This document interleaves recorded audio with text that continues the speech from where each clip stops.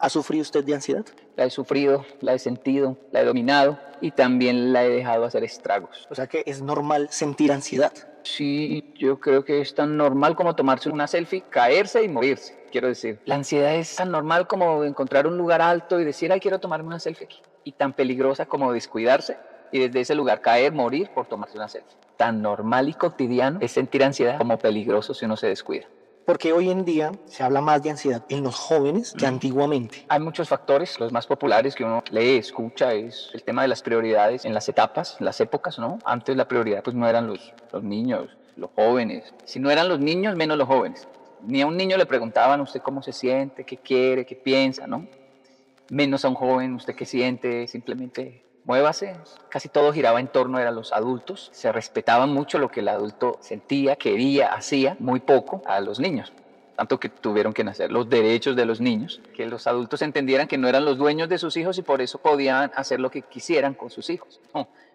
No son ciudadanos de un país que va a vigilar por ellos, no los pueden poner a trabajar. Entonces, al tener ahora ellos la prioridad, los padecimientos que antes no eran populares simplemente, ahora se escuchan, ¿no? Ahora se les pregunta. También está este síndrome que a mí me gusta llamarle posguerra. Antiguamente estábamos en la guerra y no teníamos tiempo para detenernos, analizar nuestras emociones, sentimientos, qué sentíamos, porque nuestra adrenalina estaba al 100, como el soldado. El soldado está en la guerra y él dice, estoy bien, me siento bien, quiero seguir, puedo continuar, duermo poco pero suficiente y lo poquito que duermo lo disfruto. Debajo de un árbol mi compañero me vigila y es la adrenalina. Entonces él no se imagina que cuando él llegue a casa, cuando salga de la guerra, no va a poder dormir. Y ahí le llaman el posguerra. No puede dormir, se sueña cosas, está lleno de nervios. Pero ¿por qué en la guerra yo estaba bien y ahora que estoy fuera de la guerra estoy tan mal? Es el síndrome posguerra. Entonces, las etapas de la historia del ser humano, tanto como sociedad o individualmente, vive momentos donde dice, antes no sufríamos de eso, ¿no? Pues es que antes estábamos era buscando qué comer. Con hambre uno no tiene tiempo ni de pensar en la ansiedad, ¿no? Pero ahora ya no sufrimos de hambre, que vamos a un colegio, nos protegen, se despiertan otro tipo de problemas. Eso no significa entonces volvamos a la guerra, no. Eso significa que hemos ido avanzando y vamos a cada vez a tener problemas de los países ricos, no, son de los países desarrollados, donde ya no tienen flagelos tan fuertes como la guerra y ahora podemos dedicarnos a otros problemas también importantes como la ansiedad. Entonces siempre ha existido la ansiedad. Correcto. Lo que no había era internet, por ejemplo. Un análisis sencillo es, ahora usted ve que en el mundo entero hay denuncias de abuso contra los niños, abuso sexual, por todo lado. Antiguamente no había tanta denuncia, pero todos sabíamos que había abuso. ¿Por qué no había tanta denuncia? Porque no estaban en los medios de comunicación cerca, porque se pasaba por allá en las fincas remotas, nadie se enteraba. Pero ahora todos tienen internet cerca, pueden contar, pueden decir qué pasó acá con el vecino. Ahora hay más estadística de esos abusos. ¿Será que antes no había? No, antes había. Lo que no había era internet. Entonces también hay una sensación, ¿no?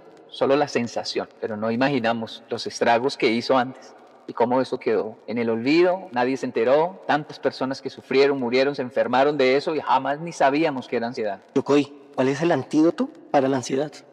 ¿Cuál ansiedad? ¿Cómo así? No, es que lo digo porque ¿la ansiedad de quién? ¿Bajo qué circunstancias? La ansiedad es un síntoma que se genera por múltiples raíces y por eso es muy peligroso dar un antídoto, un único antídoto. No existe un solo antídoto para una problemática de tantos factores. Por esa razón, es una pregunta muy peligrosa y una respuesta más peligrosa aún donde se dé un antídoto. Por ejemplo, antiguamente lo que era más peligroso eran los remedios caseros.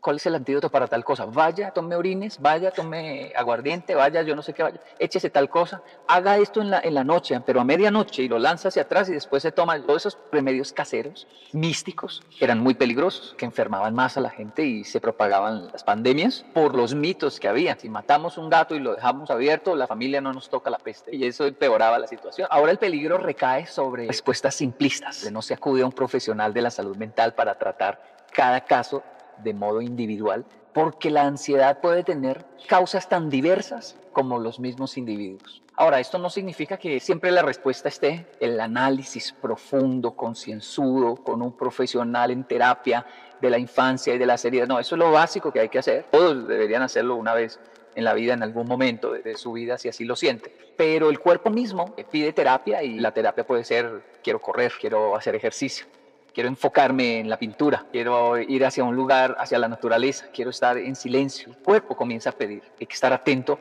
a lo que pide el cuerpo, porque muchas veces pide justo lo que él necesita, pero no caer en la trampa de que existe un antídoto para todo. Cuando la ansiedad se despierta, es una alarma que dice, hey, necesitamos equilibrio. Mucho azúcar, vamos para allí. Está muy tranquilo todo, vamos a hacer ejercicio. Por eso es tan natural e importante como peligrosa si no se le pone cuidado. Usted me dijo que la ansiedad hizo estragos en su vida. Quisiera saber cómo fueron esos momentos, cómo logró controlar esos momentos. Agradecer primero a tener el sensor de la ansiedad limpio, funciona en mi vida.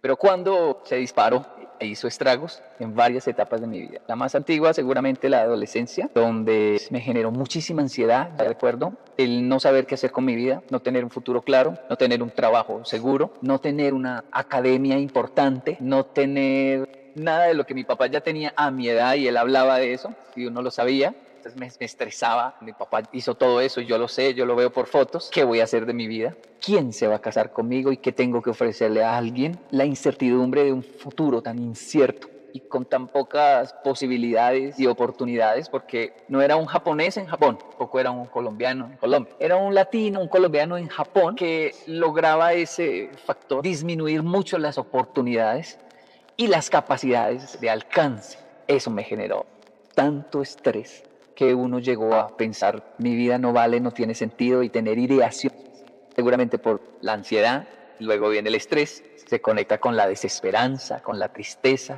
la depresión. Espere, ¿eso hace cuánto fue? Si David tiene 23, eso fue hace más de 25 años. Eso que usted dice es como si usted estuviese describiendo una situación real, actual, de la juventud de hoy en día. Es más, me identifico tanto. ¿Las preocupaciones de mi ansiedad? Correcto. Me identifico tanto que en mi juventud yo sufrí lo mismo, no sabía ni qué hacer, estudié bajo una presión y ahora que estudio todos me dicen, ¿y usted estudió y no trabaja en lo que estudió? Y me genera esa ansiedad de qué voy a hacer. Sí, mire que por supuesto que hay que respetar las diferencias de cada época, pero cuando yo escucho a un joven es que hoy en día no hay oportunidades, los jóvenes no tenemos dinero, no tenemos buenos ingresos, las cosas son mucho más costosas que antes, y yo digo, es verdad, pero esas eran exactamente también mis preocupaciones. Eso fue lo que me generó muchísima ansiedad. Es más, creo que también hay ansiedad no solo en el que sufrió lo mismo que yo y que hoy lo sufre, es que no tenemos oportunidades, sino el que le dicen es que a mí me genera ansiedad, es que a mí sí me dieron muchas oportunidades, me dejaron estudiar, me dejaron escoger unas carreras, puedo hacer muchas cosas y no sé qué hacer con mi vida. Eso también genera ansiedad. Después tuve otras etapas de ansiedad, como cuando ya tenía ingresos, ya tenía dinero, ya encontré un trabajo, una vocación, pero no alcanzaba. Decía, bueno, tengo trabajo y tengo un ingreso, pero frente a mis sueños, o sea, ¿cuándo los voy a alcanzar? O sea, no me daban las cuentas, sencillamente. Uno dice, bueno, sí, debo ser agradecido, pero ¿cuándo voy a llegar a comprar un apartamento, a tener un buen carro, a ir a pasear con mi familia a otros países? Si uno hace, no me dan las cuentas. Y eso ahora genera una ansiedad de lo que tengo, le estoy agradecido, pero quiero más. Creo que fue una buena ansiedad porque si no me deprime, me puede desafiar y me desafió a buscar. La otra etapa de ansiedad llegó a los 40, la etapa de ansiedad de los 40. Esa es una muy terrible porque para muchos es tengo 40. ¿Y qué he hecho con mi vida? Tengo 40. ¿En qué momento llegué a los 40? Digamos que yo por haber alcanzado ciertos sueños, estatus, ser figura pública, entonces muchos simplemente dicen, no, usted está hecho, a los 40 usted lo logró, desde mucho antes de los 40. Sin embargo, me golpeó la edad de los 40, una ansiedad. No me imagino al que todavía está en la búsqueda o ya casi coronando sus sueños, pero todavía no. Esa edad hay que prepararse porque es una etapa de que se despierta ansiedad. ¿Qué hice con mi vida? Y para terminar, ¿cómo logró salir usted de esas crisis de ansiedad? No es un antídoto para otros, es lo que me funcionó a mí. Seguramente hay muchas formas, cada quien debe buscar las suyas. Puede que apliquen estas, pero para mí, 3 cosas importantes que a mí me funcionaron para combatir mi ansiedad, y no digo que aplique para todos. La primera fue mandarle comandos a mi mente. Hoy decimos al cerebro, en esa época solo hablábamos de la mente, pero era, recuérdele a su cerebro quién manda, porque si él todo el tiempo está diciendo yo mando, tengo miedo, no, espere, no va a pasar nada, y contrólelo. Era como una técnica, recuerdo que hablábamos entre estudiantes de lo mismo en la época, era, mire lo que estoy haciendo, si está pasando algo, el tren se va a ir y no voy a alcanzar, y ya me genera ansiedad, tiene que correr y llegar, yo decía, no voy a correr, me voy en el próximo. Pero si llega en el próximo, ahí se alcanza, yo sé que alcanzo, pero quiero que mi cerebro entienda, me voy a ir en el próximo y voy a caminar tranquilo. Y punto. No se imagina cómo me costaba, porque yo soy de correr y decirle a mi cerebro, no voy a correr. ¿Y por qué? Porque tengo hambre, quiero comer tal cosa, tengo hambre. Ah, sí, entonces vamos a esperar una horita más. No vamos a morir por eso, vamos a tomar agua, porque no es cuando usted quiera, es cuando yo quiero. Darle todo lo que el cerebro pide a toda hora es peligroso porque él puede pensar, como él es atemporal, que él es el que manda. No, él me da alertas, él envía comandos, pero finalmente soy yo el que tomo la decisión de cuándo activarlos, si aplica o no aplica. Porque el cerebro no sabe qué me está pasando, es un tigre que me está persiguiendo o es el tren que me está dejando. Y si yo lo dejo estresarse de esa manera, si yo lo dejo pensar que es un tigre y que tiene que ser ya, me va a generar ansiedad. Y va a llegar el momento donde no lo voy a dominar más, donde voy a estar en una crisis de ansiedad sin controlar mi cerebro. Entonces, enviarle comandos al cerebro, decirle, hey, soy yo. Otro ejemplo sencillo es, allá pasó algo, todos están mirando, algo pasó. Voy a ir corriendo a mirar, no va a mirar. ¿Y por qué? No, porque yo siempre miro, yo soy el primero que estoy allá metido, porque estoy enviándole comandos a mi cerebro de yo soy el que manda. Aquí debo tomar el control, no es el que manda, es el que tiene el control de su cerebro. Eso me funcionó de maravilla. Segundo, tener fe en que todo está conectado. Es decir, no es porque no estoy ejerciendo mi vocación o mis sueños o camino hacia donde quiero ir que me estoy alejando. Puede que lo que yo esté haciendo ahorita esté conectado. Y cuando comienzo a tener esa creencia de, hey, lo que estoy haciendo no me debe estresar ni generar ansiedad, tranquilo. Lo que yo estoy haciendo acá está conectado con mis sueños más grandes, con mis anhelos, deseos. Yo me voy a realizar, pero debo creer que mis actos pequeños están conectados con los grandes. Me costó entender que limpiar el baño tenía que ver con mi éxito. Me costó entender que si era leal a mis compromisos con la señora, con la abuelita, con la tía, estaba conectado con la niña hermosa que me gustaba, pero que yo no tenía un compromiso con ella y no podía faltarle a la señora. Yo le llamo a eso tener fe de que tranquilo, guarde sus principios, haga lo correcto, haga las cosas bien en ese trabajo, aunque aparentemente no tenga nada que ver con sus sueños, con su propósito, con lo que le genera amor y paz. Haga bien las cosas, que usted no sabe a quién conozca en ese entorno, que aprenda allí. Todo está conectado. Creer que mis experiencias buenas o malas tienen un propósito que finalmente está conectado, que encajarán en algún momento. Esa fe fue muy importante para controlar mi ansiedad. ¿Y la tercera? Aprender que debía ser feliz primero. Esa también me costó, pero para mí fue la mejor. Si no soy feliz primero, es más difícil el camino. Eso de, tengo que hacer esto para ser feliz, tengo si tuviera esto, si tuviera aquello, si tuviera lo otro. No, yo ya tengo todo, soy feliz. No necesito ninguna novia para ser feliz, yo soy feliz. Eso me hace atractivo. No necesito ningún trabajo para ser feliz, eso me hace atractivo para los trabajos. Esa felicidad, cuando yo dejé de ser un adolescente amargado no por malhumorado, sino por la ansiedad, por la desesperanza, por la tristeza, pero cuando dije, espere, ya no más. Vamos a morir, entonces vamos a morir felices. Y eso fue porque yo estaba muy mal, en una crisis de ansiedad. Visito a un líder religioso en Japón, brasileño él, y le comento todo esto. Me dice, se va a perder muchas cosas en esa vida. Usted va a perder muchas cosas en esta vida. Yo dije, no, pero vengo a decirle que tengo una crisis de ansiedad. Me dice, usted va a perder muchas cosas en esta vida. Va a lograr un trabajo bueno, se lo aseguro, mas va a perder también, pero lo va a perder. Você vai conseguir namorar com uma mina muito bonita, mas vai perder. Usted va a lograr enamorarse y una niña muy hermosa se va a enamorar de usted, pero va a perder también. Todo pasó. Va a perder. Y yo dije, pero yo bien mal. Le pronostico el futuro. Sí, vino a amargarme la vida ese hombre y me dijo, pero hay una cosa que usted no se puede dar el gusto de perder. Y él me dijo, porque yo a usted lo conozco muy bien. De alguna manera los latinos siempre estamos haciendo chistes, jodiendo. Y hablé y ría y esto, lo otro. Entonces cuando él me vio tan mal, me dijo, no pierda su felicidad, porque esa vino con usted. El japonés viene con disciplina, casi instalada de fábrica. No se puede dar el gusto de perderla. Agarrar un japonés y enseñarlo a ser latino, pero quitarle su disciplina, dicen, ahora ni sabe bailar ni llega temprano. No hacemos nada. Agarrar un latino y enseñarle la disciplina, pero quitarle la felicidad, dicen, ahora llega tarde y llega mal.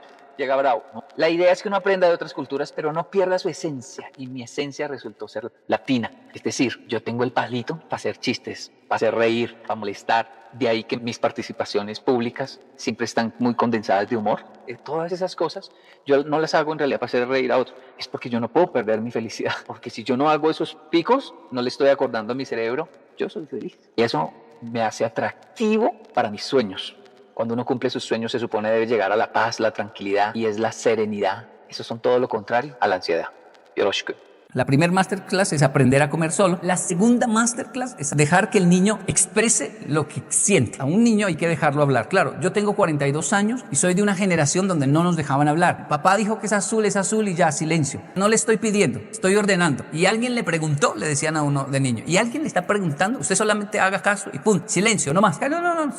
Para hoy es tarde, para mañana es tarde, decían. Es decir, corra, haga las cosas ya cuando le decían. Y así nos formaron personas de mi edad, de 40 o más de 40 años, nos formaron como una generación que tiene que correr y hacer caso y no objeta nada, no dice nada. Luego nace una generación a la cual le dimos un poco más de libertad. Bueno, pero diga qué es lo que quiere, qué no quiere, qué le gusta, qué no le gusta. Dele importancia a los gustos del niño y escúchelo. Nos enseñaron a escuchar a nuestros hijos. Y esto choca una vez más con el niño que llevamos adentro, porque inconscientemente me dice, ¿por qué le tienes tanta paciencia? ¿Por qué estás negociando con un mocoso? ¿Por qué estás hablando con un niño si contigo no lo hicieron? Con nosotros, a nosotros solo nos dieron duro. ¿Por qué ahora lo estás escuchando a él? Este proceso, esta masterclass de permitirle al niño hablar es esencial para que cuando él crezca y tenga relaciones, sepa decir las cosas y no saque conjeturas. Uno de los mayores problemas en las entidades, en los equipos de trabajo, en los entornos laborales, son las conjeturas. Y las conjeturas nacen porque callamos, porque no hablamos, porque era pecado en nuestra infancia decir, no entendí, maestra, yo no entendí, no entendí, vaya, compre y traiga esto y esto. ¿Listo? Sí, señor. No, la verdad ya se me olvidó. Espere, otra vez. No nos dieron la confianza de volver a preguntar y eso generó en nosotros de alguna manera personas con muchísimo miedo a fracasar. Así que si fracaso me invento cualquier cosa, que fue el clima, que me robaron, que fue un perro, que lo que sea, pero no voy a decir la verdad, es que no me acuerdo cuáles fueron las indicaciones. Me cuesta mirar a una persona y decirle, eso no lo tengo claro, pero permítame, yo investigo en este momento y ya le doy el dato. Mañana voy a llamarlo y responderle esa pregunta, porque nunca me la habían hecho en mi trabajo. La verdad es que soy nuevo, no conozco todo, pero le tengo respuesta a lo que me está preguntando. Solo deme un poco de tiempo. La gente que habla, la gente que tiene la capacidad de expresar lo que siente, se libra de las conjeturas, porque las conjeturas luego hacen estragos en toda entidad, familia o relación. Sacamos conjeturas por los gestos que hizo. Me imagino que sí, tal vez. Y comienzo a deducir cosas cuando en realidad podemos hablar. Parece que está furiosa. No parece. Simplemente hay que preguntar, ¿está usted furiosa? No lo estoy. Bueno, menos mal pregunté y no me voy con la conjetura de que está furiosa. Hablar es esencial. La segunda masterclass es permitirle al niño hablar. Hable. Eso no significa que le vamos a cumplir todos sus caprichos. No, o todo lo que pida, no, pero tiene el derecho a hablar como ser humano. Esto es una negociación, finalmente vamos a negociar, pero para negociar se necesita expresar lo que deseo, lo que quiero, lo que me gusta, lo que no me gusta. Una pareja puede durar años discutiendo en una relación, 5, 10, 15, 20 años, por sencillamente no saber expresar lo que siente. No dije nada para no empeorar la situación. Las situaciones empeoran a veces es porque no decimos las cosas, porque no hablamos, porque no expresamos. Oye, no entendí, no estoy conforme, no estoy feliz. Yo quiero más. ¿Eso es posible? No se puede. Bueno, pero lo dije. El niño mirando, ¿puedo comer más helado? No, hijo, ya le dimos uno y estaba grande. Por hoy es suficiente. Bueno, papá. Pero qué bueno que lo dijo. No está mal en pedir. Es que somos una generación que nos callaron hasta el dolor. Yo recuerdo, ¿no? Aquí en Colombia un niño se caía y los papás les daban ¿usted por qué se anda cayendo? Camine bien, no se caiga. O sea, es prohibido caerse. Así que uno se tragaba hasta el dolor cuando es tan importante que un niño exprese, que un niño llore. Esta segunda masterclass de hablar habla también de llorar. Llore, exprese, quejes. Eso no significa que le vamos a arrullar su dolor, no, pero es completamente natural que sepamos hablar y expresar. En este concepto de viento lo cerramos con la tercer masterclass, que es el niño debe aprender a limpiarse su colita. Tomar un niño, mirarlo y decirle, del cuerpo no solamente salen cosas lindas como los abrazos, las sonrisas, también salen cosas feas. Salen cosas lindas como las palabras, como los besos, pero también salen cosas que huelen muy mal de nuestro cuerpo. Sale algo llamado popó. Y ese no se puede andar haciendo por ahí, ni podemos vivir con un pañal toda la vida, así que vamos a aprender a ir al baño. Bien, ese proceso es importante. El niño aprende, pero le cuesta limpiarse su colita. ¿Cómo hacen para agarrar el papel y limpiarse? Y todos los que somos padres o hemos sido padres de un bebé, nos acordamos del proceso tan lento para aprender a limpiarse la cola. Momentos que uno llegaba a pensar, yo creo que nunca va a aprender a limpiarse la cola. Y siempre va a estar llamándome, papá, mamá, ya, ayúdame. Y a limpiarle la colita. Pero un día ellos lo aprenden. Todo ser humano lo aprende. Sin embargo, siento que esta masterclass de aprender a limpiar su popó, psicológicamente se asocia con una persona que no aprendió a reconocer sus errores, sus embarradas, decimos en Colombia, perdónenme el término, sus cagadas. Hizo su popó, pero no la sabe limpiar. Simplemente la tapa o lo niega. Dice, no, yo no fui. Niega un gas, decimos en Colombia. Niegan sus pedos. Fui yo. Una de las diferencias más vitales entre el japonés y el latino es que el japonés es muy disciplinado, el latino es folclórico. La tendencia del latino es llegar tarde, no muy puntual. La tendencia del japonés es siempre llegar puntual 10 minutos antes. Pero eso no lo hace una persona perfecta. Hay latinos que llegan temprano y saben hacerlo y se acoplan. Y hay japoneses que se equivocan y llegan tarde. Para mí la diferencia no es simplemente disciplina y pasión. Un poco más allá, más profunda la diferencia es que cuando se equivoca, cuando el japonés se equivoca, mira a los ojos y dice, sí, fui yo, llegué tarde. Perdón. ¿Y por qué llego tarde? Perdón, llegué tarde. No tengo justificación. Simplemente llegué tarde. Me quedé dormido, no hice bien las cosas, no calculé bien y llegué tarde. No tengo disculpas, solo tengo vergüenza y quiero pedir perdón. Y ahí se acaba el regaño o la discusión, la bronca en la empresa. La tendencia de nosotros los latinos es que si llegamos tarde fue el Uber, fue el carro, fue la alarma. ¿Sí llegué tarde? No, creo que no, sí. No, tenemos que mostrarle cámaras, pruebas, testigos para que se dé cuenta de que crecimos con el azúcar en la boca y nos preguntan ¿quién se comió el azúcar? Ay, yo no sé, ¿quién fue? ¿Yo cuál azúcar? Yo no toqué el azúcar jamás. Y está bien cuando son niños, por eso ahí esa etapa es esencial, enseñarle la masterclass. Lo complejo es cuando son adultos y tener que entrar en broncas como si fueran niños, cuando sencillamente la tercer masterclass nos dice, hey, reconozca, acepte que de un cuerpo salen cosas malas, de una casa sale basura, todos los días sale basura, la basura tiene que salir, a la basura no se le echa perfume, no se empaca bonita para que no sea basura, la basura no se decora, la basura se saca. Una persona que saca su basura con orgullo es una persona saludable, mentalmente saludable, tiene salud mental.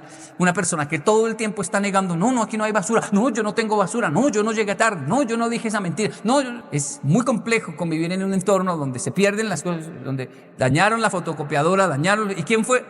Entonces vienen los duendes que viven con nosotros en Latinoamérica. Fue el duende. Los japoneses no tienen duendes, tienen responsables. Fui yo. ¿Qué es lo peor que puede pasar? Nada, fue un error. Lo peor que puede pasar es negarlo. Lo peor que puede pasar es no ser íntegro con mi propio ser. Cerramos viento con esta frase: sea usted mismo, más no sea siempre el mismo. Esto es lo que yo soy, pero no le coloco un punto sino una coma. Pero no voy a ser siempre el mismo, porque estoy en constante evolución. Me niego a no nacer a mí, me niego a no quitar capas de la cebolla, me niego a no tener masterclass en mi vida.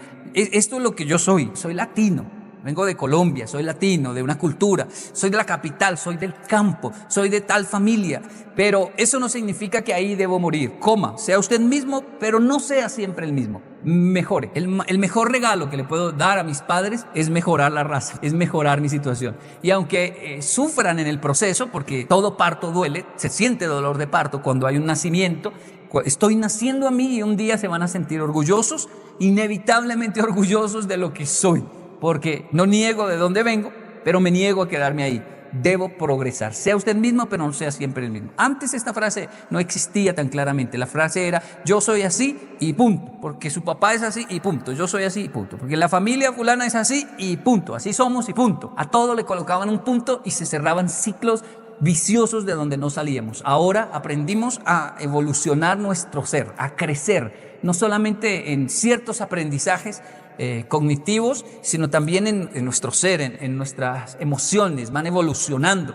Queremos aprender a ser mejores padres, no porque seamos desagradecidos con nuestros padres, sino porque estamos obligados a mejorar la historia. Y la idea es que mis hijos aprendan a ser mucho mejor que yo.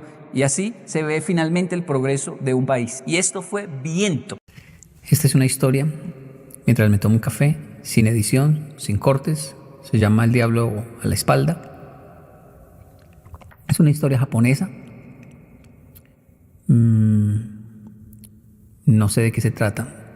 Me voy a sorprender, para bien o para mal, tanto como ustedes. Miremos de cómo es. Érase una vez un lugar donde vivía un hombre que no contradecía a nadie. Era pobre. Y aunque se casó con una mujer trabajadora, siguió siendo pobre. Se las arreglaba como podía para pasar los días. Una noche vieja, ya bastante avanzada la noche, la mujer le dijo al marido: oye, marido mío, tengo algo que pedirte. Hazme ahora unos Hazme ahora mismo 2 pares de zapatos, que no se rompan nunca. Camines por donde camines. Extrañado, el marido le replicó: pero hoy es Nochevieja. ¿Para qué necesitas unos zapatos como esos? La mujer insistió: por favor, no me preguntes la razón. Hazme 2 pares de zapatos. Como el hombre tenía un carácter tan complaciente que no se oponía a nadie, hizo tal como le pidió la mujer. Muchas gracias, cariño.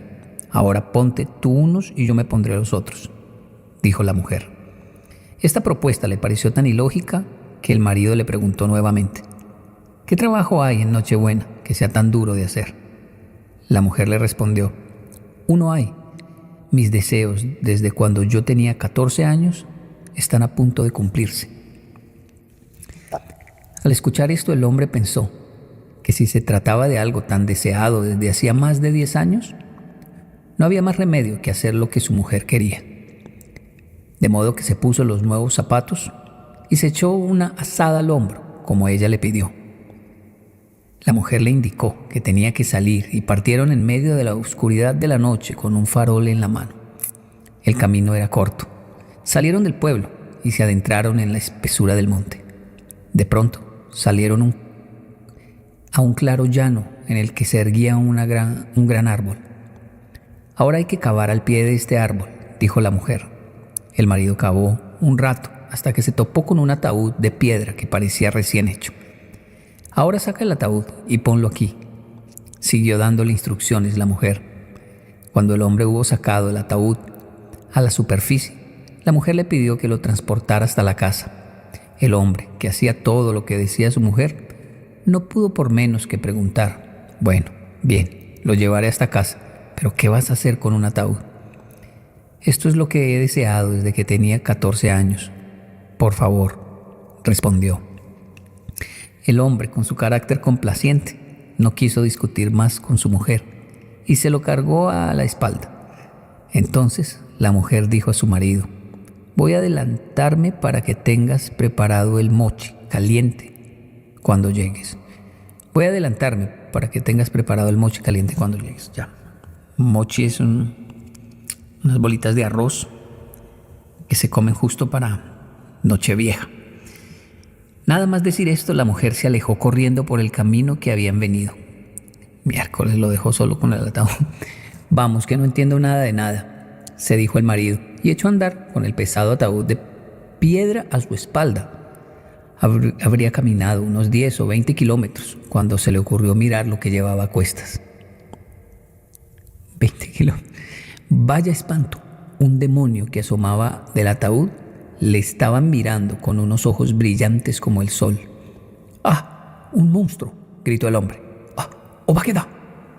Totalmente alterado por el miedo, el hombre intentó quitarse el monstruo de la espalda, estrellándolo contra una roca o rozándolo contra un árbol, pero todos sus esfuerzos eran en vano, y el diablo permanecía pegado a su espalda como si lo hubieran sellado con cola.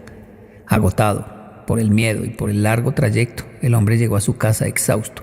Seguía llevando el ataúd a cuestas. Cuando intentó entrar en su casa por la puerta de atrás, su mujer salió al paso y le rogó que entrara por la de adelante. No, haz el favor de entrar por el cuarto principal. El marido seguía sin entender nada y le replicó: ¿pero qué es lo que estás tramando? La respuesta de la mujer fue la misma de siempre: mi deseo desde los 14 años está a punto de cumplirse. El hombre no tuvo más remedio que hacer lo que le pedía su mujer y entró por la puerta de adelante.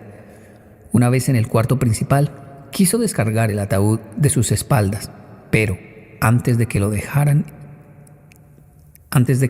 ir, el ataúd cayó al suelo solo, como si tuviera voluntad propia. La mujer ni se inmutó e instó a su marido a tomar el mochi caliente, invitándole a continuación a que se acostara. No tuvo que insistirle, estaba tan cansado que cogió la cama con mucho gusto. Durante la noche le pareció oír un gran ruido en el cuarto principal, pero el sueño podía más que él y no se despertó hasta el día siguiente. En la mañana del año nuevo, el marido abrió los ojos y se acordó de lo que había pasado la noche anterior. Se encaminó rápidamente al cuarto principal para ver qué había pasado, Pero la puerta corredera estaba atrancada por algo y no se movía ni un ápice. Dando por imposible esa puerta, dio toda la vuelta a la casa y cuando entró por otro lado, vio que todo el cuarto estaba lleno de monedas de oro, desde el suelo hasta el techo. La mujer sonreía, llena de satisfacción. El sueño que tuve la noche del día 2 de enero, cuando tenía 14 años, por fin se ha hecho realidad. Hasta ahora he tenido 7 maridos, pero antes ninguno me hizo caso. Cuando les dije que hicieran zapatos de Nochevieja, me decían que era una mandona al pedir tal cosa y me echaban de la casa. Solo tú me hiciste caso. Por lo tanto, la fortuna te corresponde, solo a ti, mi 7º marido. Así fue como la mujer reveló la razón de su extraño comportamiento y con una fortuna tan abundante, dicen que el matrimonio vivió muy feliz el resto de su vida.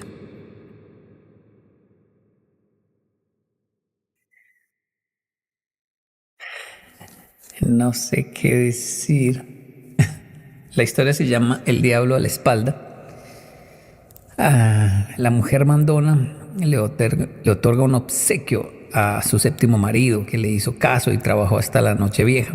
En este cuento parece observarse algo muy diferente del machismo tradicional al que estaban sometidas las mujeres japonesas.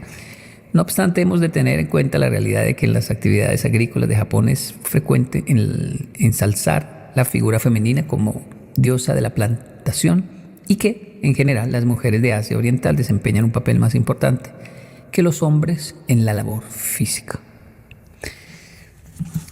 Sí, es una historia muy interesante porque, pues, no es de esta época, ¿no?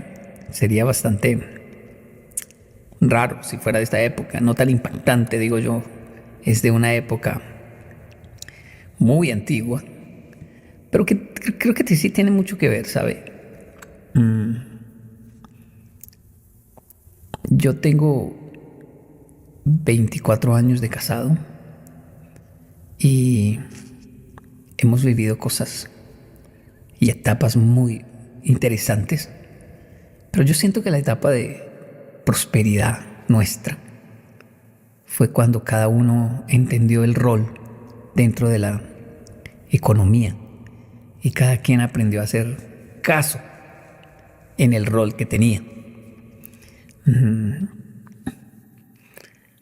Sí, es interesante esta historia para mí porque digo, sí, me costó hacer caso en áreas que pensaba que eran mías y seguramente a mi esposa le costó hacer caso en áreas que ella decía, pero ¿por qué? Si yo puedo y soy independiente. Pero cada quien tiene su talento y las cosas funcionan muy bien cuando cada quien está en su rol y descubre cuál es su talento. En el caso nuestro, soy muy bueno para ser el comercial de esta empresa, ver nuevos negocios, conocer personas,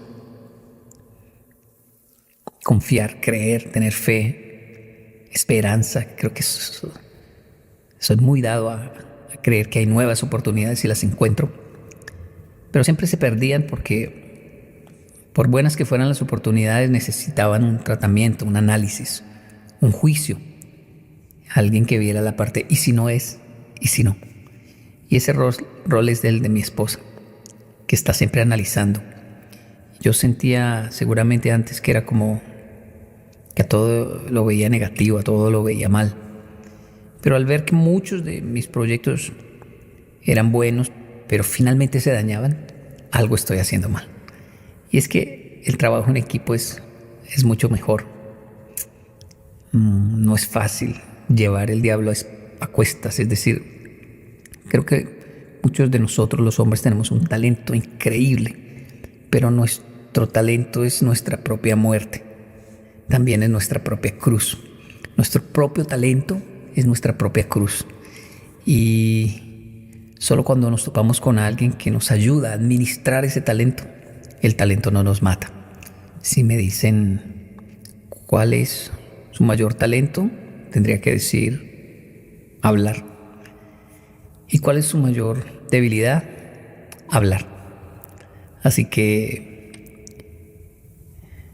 ya aprendí cuándo debo hablar y cuándo habla mi oficina, las personas que están delegadas para hacer los contratos, para hablar de pólizas, hablar de tiempos, horarios, y a mí me delegan solo para hablar en público, o el trabajo pesado a veces de ir a conquistar un área nueva.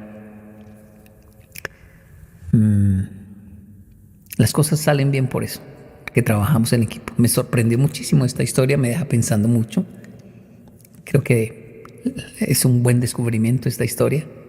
Voy a hacerla otra vez, más analizada, pero esta es la primera vez que la leo y quise mostrarles mis reacciones. De hecho, me equivoco mucho en la lectura porque me emociono, y cuando la emocionalidad sube, baja el intelecto. Eso es una ley. Entonces me trabo porque me emociona. Y mis razonamientos son así, son con muchos titubeos. Luego le hago un tratamiento a esta historia, la escribo yo, mis palabras, la vuelvo a leer, seguro entrará en mi libro, y ahora con mi traducción e interpretación, ¿no? Pero por el momento me impacta muchísimo y estoy de acuerdo. Estoy de acuerdo de que a veces el hombre lleva el diablo a cuestas. Y no haríamos eso si no hay una mujer diciendo ahí, vamos a hacerlo, hagámoslo así. Pero también ella no sería capaz de ir a sacar el diablo de allá.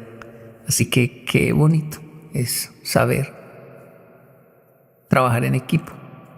Qué bonito es encontrar a alguien con el cual podamos perseguir, materializar nuestros sueños.